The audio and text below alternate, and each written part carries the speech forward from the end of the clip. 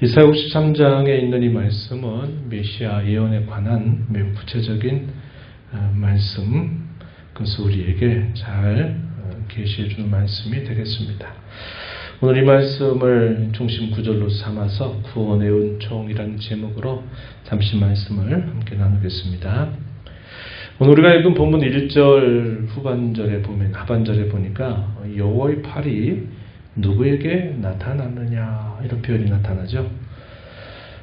이 이사야에서 이 53장 앞 그리고 좀 뒤를 쭉 눈여겨보다 보면은 이 여호와의 팔 혹은 여호와의 손이라고 하는 이 표현이 여러 번 등장이 됩니다. 그래서 우리가 이 시간에 말씀을 볼 때 이 여호와의 팔에 대한 이런 여러 성경 구절들을 우리가 살펴보면서 우리가 받은 이 구원이 하나님의 놀라운 선물로 주어진 은혜라는 사실을 우리가 다시 한번 확인하고 또 이 밤에 함께 기도하는 시간이 되었으면 좋겠습니다.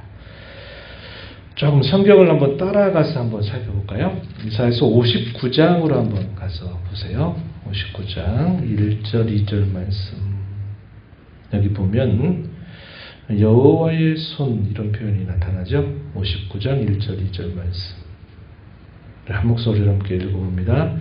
여호와의 손이 짧아 구원하지 못하심도 아니요 귀가 둔하여 듣지 못하심도 아니라 오직 너희 죄악이 너희와 너희 하나님 사이를 갈라놓았고 너희 죄가 그의 얼굴을 가리어서 너희에게서 듣지 않으시게 함이니라. 아멘. 59장 1절 2절의 내용에 보니까 여호와의 손, 상징적인 표현이죠. 그게 뭘 말할까요? 여호와의 능력, 구원하시는 능력, 그분의 힘, 그분의 권세, 이것을 여호와의 손, 이렇게 표현을 합니다. 뭐라고 말씀하냐면 여호와의 손이 짧아서, 그의 능력이 부족해서 하나님이 너희를 구원하지 못하는 게 아니다. 그분의 귀가 둔하여서 듣지 못하심도 아니다. 문제는 너희의 죄악이 너희와 너희 하나님 사이를 갈라놓았고 너희 죄가 그의 얼굴을 가리어서 너희에게서 듣지 않으시게 하기 때문이다. 이렇게 말해줍니다. 그래서 여기 여호와의 손이 짧아 구원하지 못하는 게 아니다 라고 하는 이 말씀을 통해서 우리가 알게 되는 사실은 문제는 하나님께 있는 게 아니라 문제는 우리 편에 있는데 그것이 곧 우리가 범하는 죄가 결국 문제가 된다. 이 사실을 우리가 발견하게 되는 것입니다. 조금 뒤로 가서 또 16절 말씀을 한번 또 보시면은 이렇게 표현했어요. 역시 이것도 우리 함께 읽어볼게요. 59장 16절입니다. 사람이 없음을 보시며 중재자가 없음을 이상히 여기셨으므로 자기 팔로 스스로 구원을 베푸시며 자기의 공의를 스스로 의지하사. 여기서 공의라고 하는 표현도 좋은 번역이 아닙니다. 여기서도 자기의 의를 스스로 의지하사. 이렇게 번역하는 게 더 좋은 번역입니다. 16절 뭐라고 표현했어요? 사람이 없음을 보셨다. 중재자가 없음을 이상히 여기셨다. 어떤 표현을 우리가 떠올려 보기 좋은 표현이냐면 중보자가 없다, 이런 표현으로 이해하기 좋은 표현이죠. 그러므로 여호와께서 자기 팔로 스스로 구원을 베풀어 주셨다. 여기서도 여호와의 팔로 스스로 구원을 베풀어 주셨다. 이렇게 표현을 해주고 있습니다. 이 표현에 여호와의 팔로 스스로 구원을 베풀어 주신다. 왜요? 사람이 할 수 있는 일이 아니다. 이 말입니다. 하나님과 사람 사이에 어떠한 중재자가 있을 수 없기 때문이다. 이렇게 표현을 합니다. 자기 백성들이 안고 있는 그 죄의 문제는 그들 스스로 해결할 수 있는 문제가 아니다. 하나님이 이거를 아시고서 어떻게 하신다고 말씀합니까? 자기 팔로 스스로 구원을 베풀어 주셨다. 이렇게 표현을 합니다. 또 성경을 조금 앞으로 다시 돌아오셔가지고요. 52장 10절 말씀을 또 한번 볼까요? 52장 10절 말씀에 보면은 이렇게 표현했습니다. 여호와께서 열방의 목전에서 그의 거룩한 팔을 나타내셨으므로 땅끝까지도 모두 우리 하나님의 구원을 보았도다. 하나님께서 열방들 앞에, 모든 나라들 앞에서 그의 거룩한 팔을 나타내셨기 때문에 땅끝까지도 우리 모두가 하나님의 구원을 보았다. 이렇게 표현을 해줍니다. 그래서 이 55장 10절의 이 내용의 의미와 59장 16절의 내용의 의미가 매우 비슷한 뜻을 우리에게 전달해 주는 겁니다.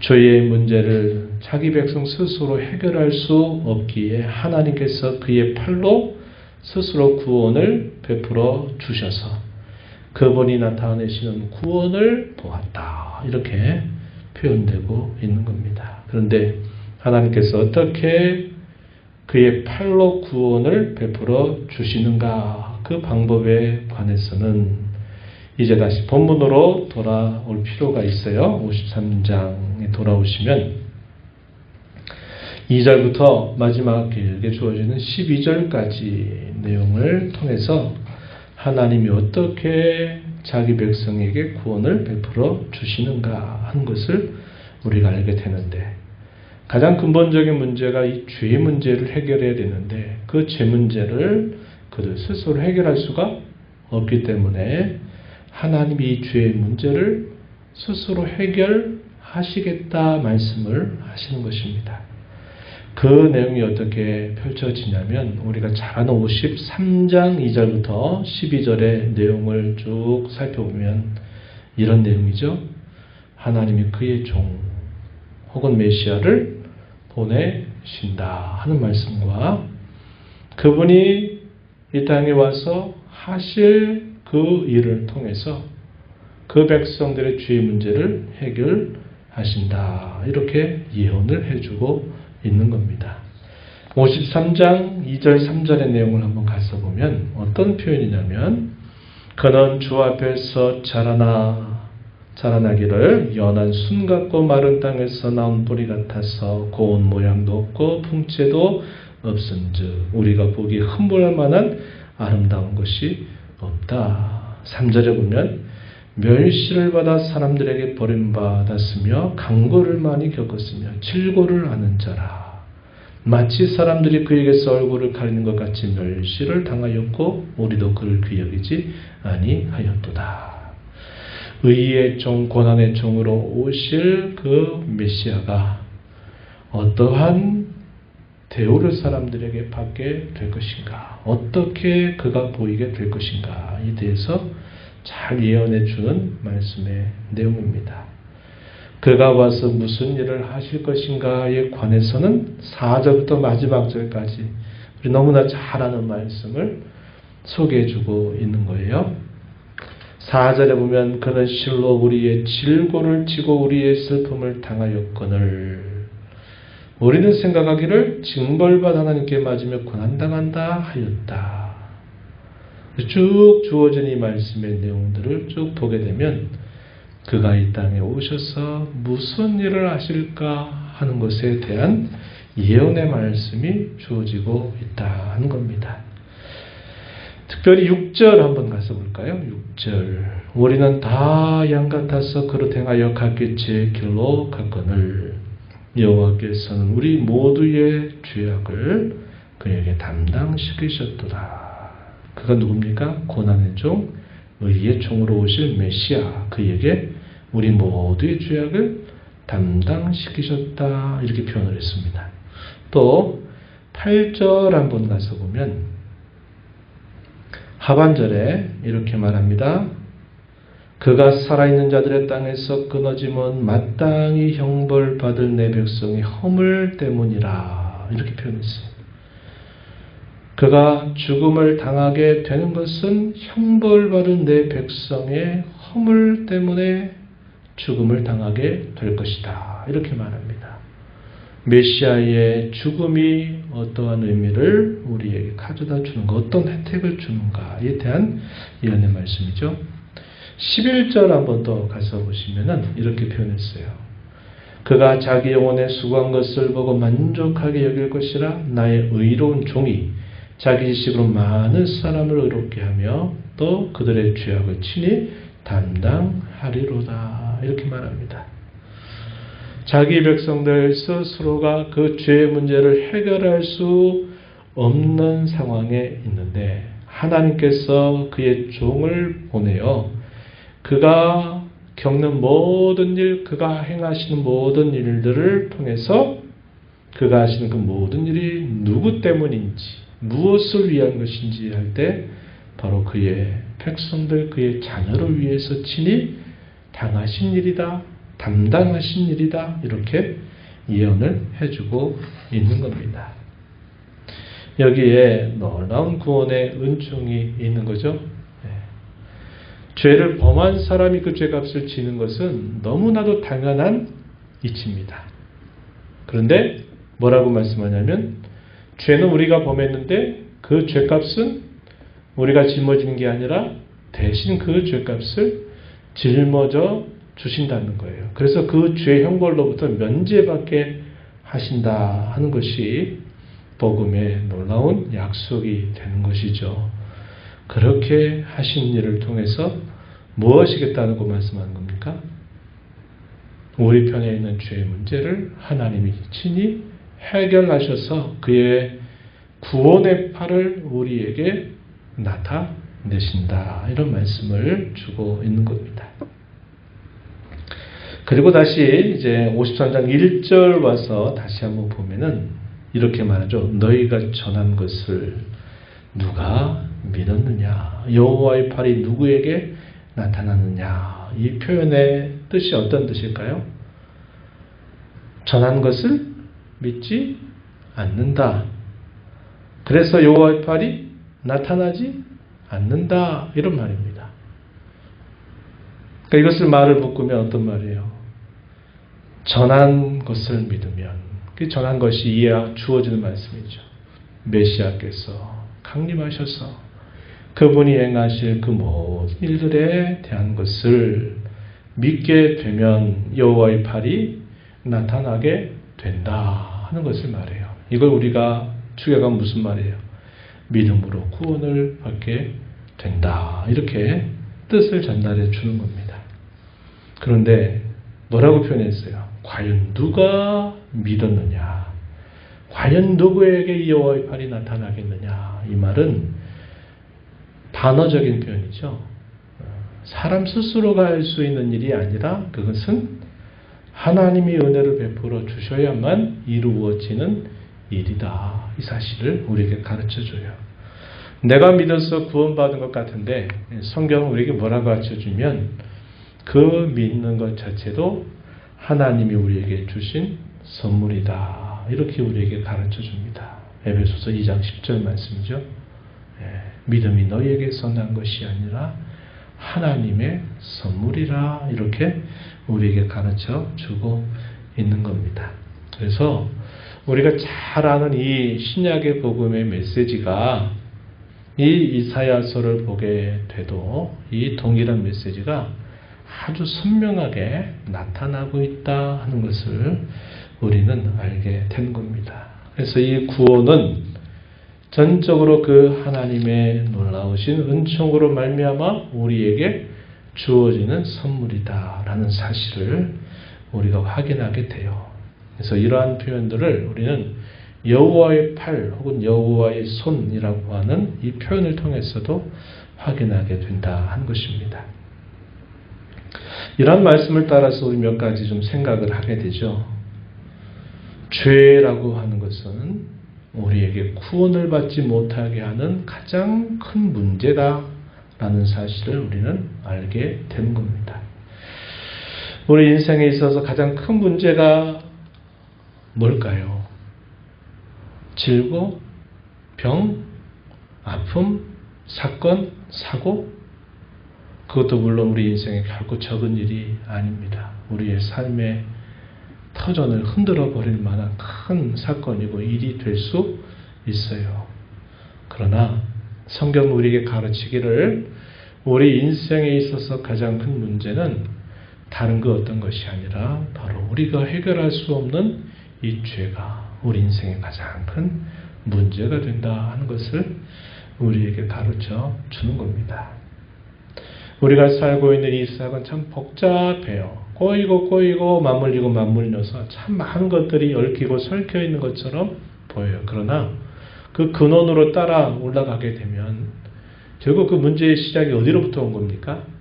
왜 사람이 고난을 당하고 죽음을 당하고 또 서로 미워하고 싸우고 죽여야만 되는지, 사람이 왜 벌을 받아야 되는지 하는 이 모든 근원적인 문제는 결국 죄와 타락으로부터 주어지게 된 일임을 보게 돼요. 그것이 오랜 시간이 흐르고 많은 것들이 거기로부터 얽히고 설키다 보니까 그 중요한 원인들은 별로 사람들이 관심치 않고 뭐를 관심 갖습니까?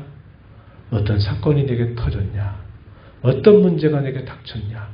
무슨 일이 도대체 일어났냐? 하는 것이 가장 큰 문제인 것처럼 우리가 생각을 하지만, 그러나 성경은 우리에게 가장 큰 문제는 우리의 죄 문제다라는 사실을 가르쳐 주고 있는 겁니다.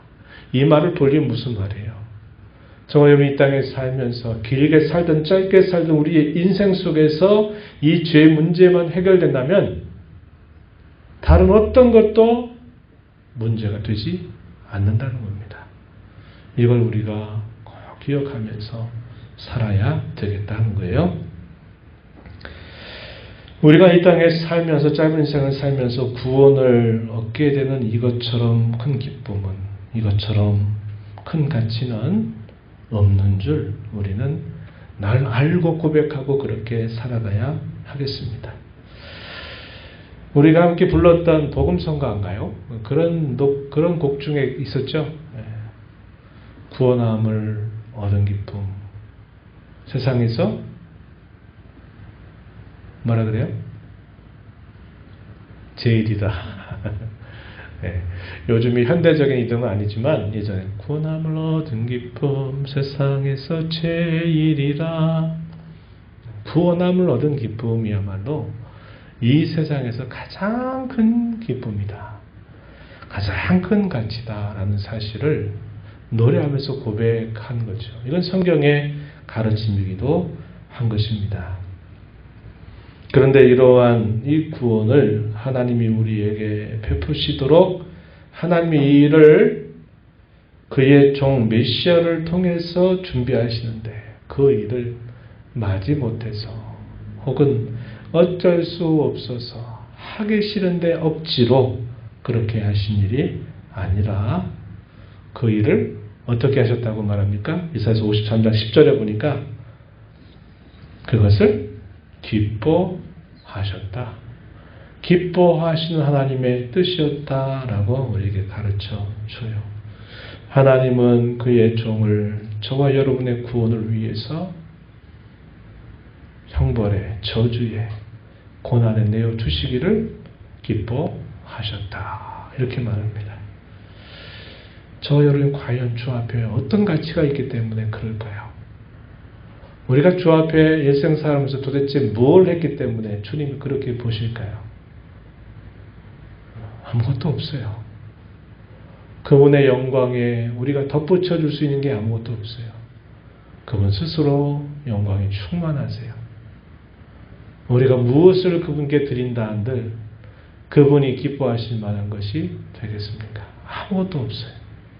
그런데 다만 그렇게 하기를 하나님 기뻐하셨답니다. 우리를 기뻐하셨대. 또 우리를 위해서 그의 아들을 그렇게 고난으로 저주로 또 형벌에 내어주시기를 기뻐하셨다고 성경은 우리에게 가르쳐 주고 있습니다. 우리는 본래 가치가 없는 자들이었어요. 그러나 하나님이 우리를 위해서 해주신 그 일을 보니까 우리가 얼마나 가치 있는 존재가 되었는지 몰라요. 그분이 우리를 그렇게 가치 있는 존재로 삼아주셨다는 것을 우리는 알게 되는 겁니다. 그러므로 저와 여러분은 여호와의 팔이 저와 여러분에게 나타난 이 사실이 그분의 전적인 은혜로 말미암아 주어진 것인 줄 알고서 첫째, 늘 감사하고 찬송하는 삶을 살도록 하자는 거예요.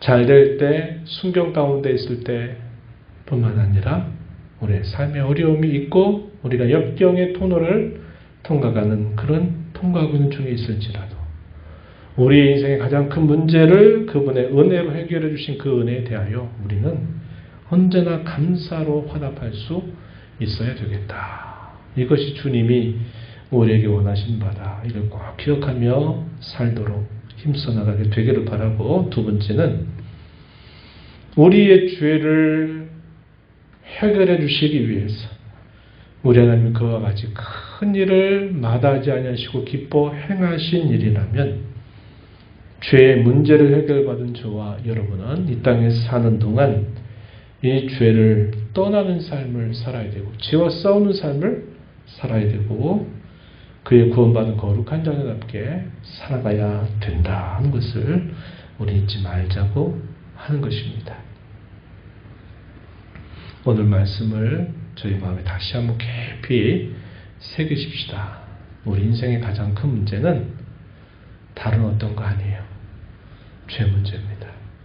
근데 그 죄 문제가 해결됐다면 우리 인생의 가장 큰 문제가 해결된 것이에요. 근데 수많은 사람들은, 수많은 신자들이 어떻게 합니까? 구원함을 받은 그 일에 대해서 그게 가장 큰 기쁨인 줄 생각지 못하고 그건 마치 당연한 것처럼 그러면서 우리의 삶에 일어난 크고 작은 일과 사건들에 대해서는 아주 민감하게 반응을 하게 될 때가 참 많아요. 우리가 오늘 이 말씀을 보면서 우리가 인생을 살면서 모든 사람들이 겪어가는 일, 우리도 다 겪고 살아갈 수 있다는 것을 잊지 말아야 되겠고, 그런 모든 일 속에서 무엇보다도 나의 죄의 문제를 하나님이 다 해결해 주신 그 은혜와 사랑을 우리가 기억하면서 늘 하나님의 은혜에 감사하고 찬송을 드리는 자로 거룩한 삶으로 주께 화답해 나가는 저와 여러분이 되기를 진심으로 바랍니다.